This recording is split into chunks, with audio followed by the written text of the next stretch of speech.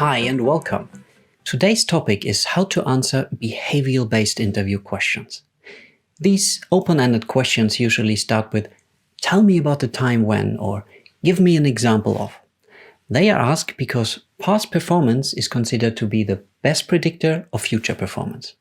For instance, by asking you about the situation when you had to interact with a demanding customer, the interviewer tries to understand how you most likely would behave when facing a similar situation.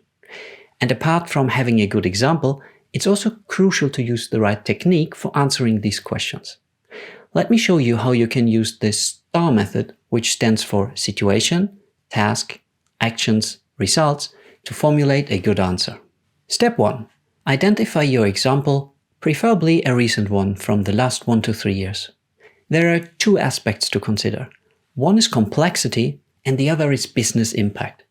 Choosing a non-trivial situation is essential to demonstrating your problem-solving skills and your ability to handle stressful situations.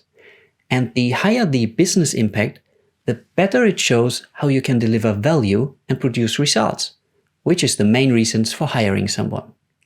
For example, if you are a project manager, then a customer complaining about the status report format that easily can be fixed is not a good example. But if the situation was about the customer requesting the project be delivered in 6 months instead of 9 to meet new legal requirements and avoid severe fines, then the example is both complex and high impact. Step 2. Describe the situation and your task. That's what the ST in the STAR acronym stands for. It should be a short and concise summary to give the interviewer the context of your story. In 1 to 2 sentences, cover when and where the situation occurred and why this was important. Then, add another 1 to 2 sentences to explain the objective of your task and what your responsibilities were. Step 3. Describe your actions. It must be clear what your individual contributions were. So use I did this and that instead of we did this and that. Make sure you also cover why you decided to act in a certain way. What data did you analyze to make your decisions? What obstacles and constraints did you face and how did you handle them?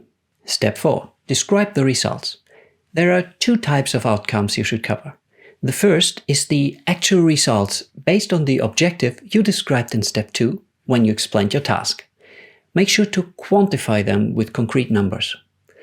The second type of outcome is your takeaway from the situation, to show that you are self-aware and willing to work on yourself. What were your lessons learned? What did you do well? What would you do differently? These were the 4 steps for answering behavioral interview questions. As for all answers, always make sure you don't disclose any confidential information. Let me finish this video with an example. Let's say the question is, tell me about the time when you had to make a difficult decision.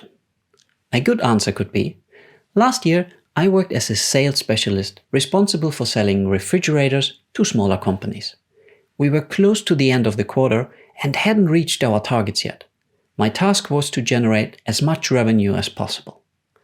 During the quarter's last week, one of my customers, a startup that had just opened its 3rd restaurant, wanted to buy 3 of our premium fridges for a total of 30,000, which was the exact amount left to hit our targets.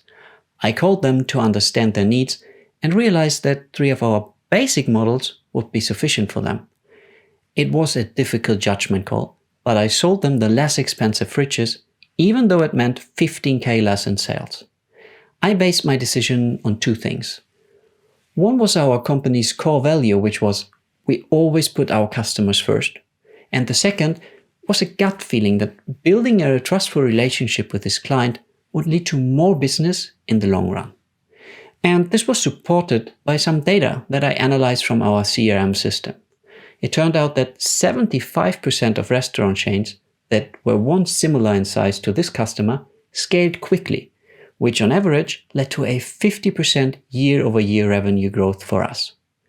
To not miss our targets, I worked additional hours for the remaining 3 days of the week and closed 3 more deals. We did reach our sales targets, and 3 months later, the startup announced the launch of its franchise business and chose us for a 3-year frame agreement. They told us that they picked us over our competitors despite a slightly higher price point, solely due to my honesty during this previous sales transaction. I cannot disclose the details, but the deal was worth significantly more than the 15k we initially lost in sales.